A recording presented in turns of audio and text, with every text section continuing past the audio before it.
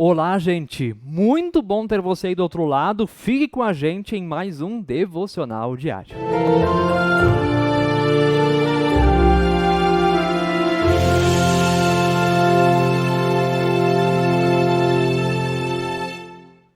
É muito bom ter a sua companhia todos os dias aqui no canal do YouTube da Paróquia Ferabras. Deixe o seu like, o seu comentário, inscreva-se no canal, ative o sininho para receber todas as notificações aqui do nosso canal no YouTube. Vamos aos versículos. No Antigo Testamento, nós temos um versículo lá do primeiro livro da Bíblia, Gênesis 16:13. Agar deu ao Senhor este nome, o Deus que vê. Agar deu ao Senhor este nome, o Deus que vê. E nós temos no Novo Testamento um versículo de Lucas 18:13, que nos diz: o cobrador de impostos, que no período bíblico então era o publicano, o cobrador de impostos ficou de longe e nem levantava o rosto para o céu. Batia no peito e dizia: ó Deus, tem pena de mim, pois sou pecador. Ó Deus, tem pena de mim, pois sou pecador. Como é bom nós ouvirmos a palavra do Senhor e respondemos a esta palavra com amém. Amados e amadas, nós temos hoje dois versículos muito interessantes. Eu até quero convidar você a nós olharmos um pouco mais do que diz esses versículos. Aqui em Gênesis 16, nós temos a história de Sara com Agar. Só para a gente lembrar um pouco, Sara era casada com Abraão, eles tinham a promessa de que eles teriam um filho, e deste filho haveria uma grande descendência, da qual Deus faria um povo. A história do povo de Deus na Bíblia começa com Abraão e Sara. Até aqui Isaac ainda não tinha nascido, e Abraão e Sara tentaram, de um jeito bem estranho, tentaram pegar um atalho para cumprir a promessa de Deus, para fazer Deus cumprir sua promessa. Então a Sara disse que o Abraão deveria ter relações com a empregada, que era Agar, e dali então viria o filho, que seria então esse descendente. Um problema muito sério, tentar pegar um atalho para exigir que Deus cumpra a sua promessa, ao invés de esperar que Deus de fato cumpra a sua promessa. Então, aqui pelo texto nós sabemos, que o Abraão teve relações com Agar e ela ficou grávida, diz o versículo 4 do capítulo 16, e ao saber que estava grávida, Agar começou a olhar com desprezo para a sua senhora, que era então a Sara. Então ali Sara e também Agar, elas começam a brigar, a coisa não ficou muito bem. Vai dizer lá no versículo 6 que inclusive a Sara vai humilhar a Agar, de modo que Agar vai ter que sair dali então, vai ter que sair daquele ambiente que não estava propício. Imagina uma pessoa que então está grávida, agora ter que sair então daquele lugar. Aqui a gente lê o versículo, parece que foi tudo rápido, parece que o Abraão teve relações com Agar e ela já sabia que estava grávida e já foi expulsa. Não, isso com certeza teve tempo. O Abraão teve ali então a relação sexual com Agar, provavelmente demorou um pouco até se notar que a barriga estava crescendo, e daí começou então todos esses problemas, e no fim das contas então Agar acaba tendo que ir embora, e Agar vai para o deserto grávida e fica então desamparada, fica completamente desamparada. Então o que que acontece? Olha o que que nos diz o versículo 9. Então o anjo do Senhor lhe disse: volte para a sua senhora e sujeite-se a ela. E o anjo do Senhor disse também: aumentarei em muito a sua descendência, de maneira que de tão numerosa não poderá ser contada. Versículo 11, e o anjo do Senhor continuou: você está grávida e dará à luz um filho, a quem chamará Ismael, porque o Senhor ouviu o seu grito de aflição. Deus não deixa os desamparados sozinhos. Deus vai atrás daqueles que estão desamparados. Então, o que que acontece? Aí vem o versículo então das senhas diárias. Então Agar deu ao Senhor, que havia falado com ela, o nome: tu és o Deus que vê. Porque ela dizia: nesse lugar eu olhei para aquele que me vê. Essas palavras são maravilhosas, essas palavras são incríveis e maravilhosas. Olha o nome que Agar dá ao Senhor, ele é o Deus que vê. Deus não esconde o seu rosto de quem está sofrendo, mas ele vê lá no deserto Agar completamente desamparada, mas é vista pelo Senhor. Ele viu a sua aflição, ele viu a sua dor, ele viu o seu abandono e vai ao seu encontro pedindo que volte e lhe promete inclusive uma grande descendência a partir deste filho que está no seu ventre, que é então o Ismael. Deus não deixa o desamparado desamparado.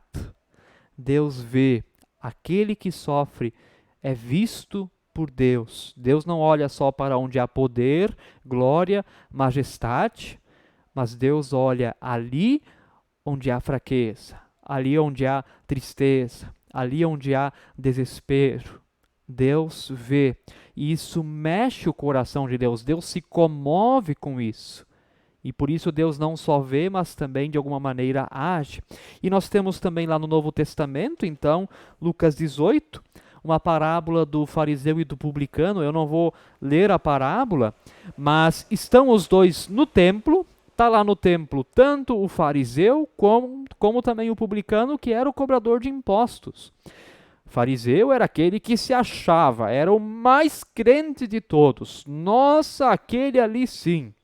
Ele cumpria toda a lei, nunca pecava e era tão santo que podia inclusive julgar os outros. O fariseu é aquele que se achava, é aquele que se mostrava. Nele estava a manifestação do poder de Deus.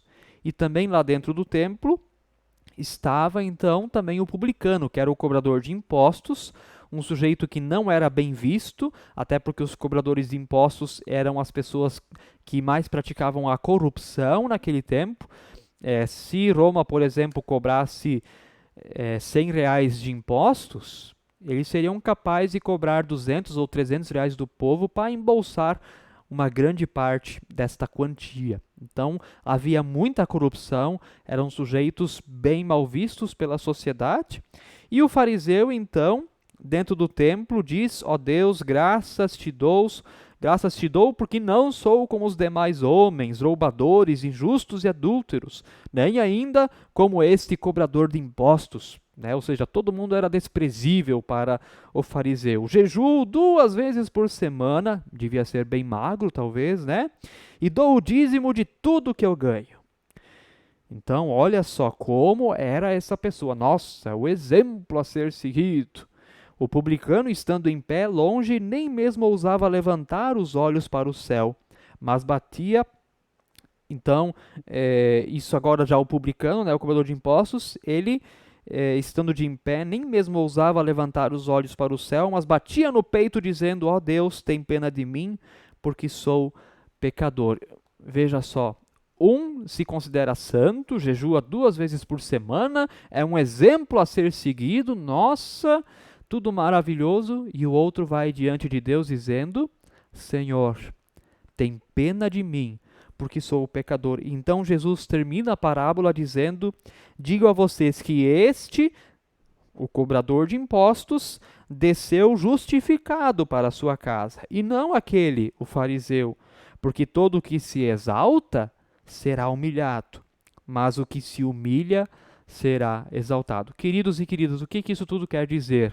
Nós temos então essa história do fariseu, também do cobrador de impostos. O que Deus espera de nós não é esse mostrar-se, não é esse exaltar-se a si mesmo, não é esse ser exemplo a ser seguido. Não, porque nós seguimos a Cristo e não a nós mesmos ou a outros irmãos.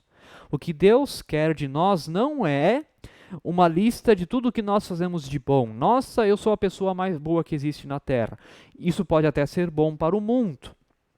Mas nas questões da fé, o que Deus quer ouvir de nós? Senhor, tem piedade de mim, eu sou pecador, eu não cumpro a tua lei, eu sou desobediente, eu sou falho. Me ajude.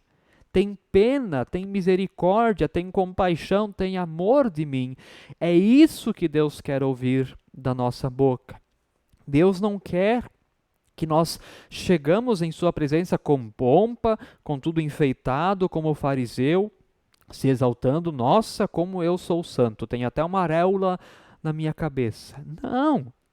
O que Deus espera de nós é reconhecimento. Eu sou o pecador, tem compaixão de mim. Eu sou miserável, eu sou desgraçado, eu mereço a condenação eterna.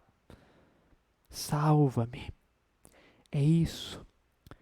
Querido e querida, vamos na presença de Deus como o cobrador de impostos, em humildade, em simplicidade, não como o fariseu, que se achava o tal, se achava a última bolacha do pacote, se achava o gás da Coca-Cola e, na verdade, não era nada. São as pessoas que Jesus mais desprezava por causa da sua arrogância e do seu egoísmo. Vamos orar?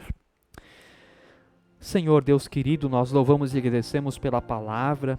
Obrigado que o Senhor é o Deus que vê, o Senhor vê a nós também em nosso pecado, em nossa tragédia, o Senhor não nos abandona, mas o Senhor vem atrás para ver como estamos, assim como fosses também atrás de Adão e Eva lá no início de tudo. Obrigado que podemos também nós chamar o Senhor por esse nome, o Deus que vê, o Deus que está vendo a nós também neste momento e não nos esqueceu, mas está bem perto e bem próximo. Veja também nossa situação, Senhor. Assim como estamos, também pedimos, tem misericórdia, tem piedade de nós, assim como aquele publicano, aquele cobrador de impostos. Não chegamos diante de Ti com pompa, arrogância, orgulho ou exaltação, mas chegamos na Tua presença com humildade, ó Deus, porque só o Senhor é Deus e é Deus que vê. Olha, Senhor, para nós com os olhos de Jesus, Teu Filho, e pedimos, como aquele cobrador de impostos, tem piedade, tem pena de mim, pois sou pecador. Obrigado pelo teu perdão, pela tua graça, pela tua misericórdia, em nome de Jesus.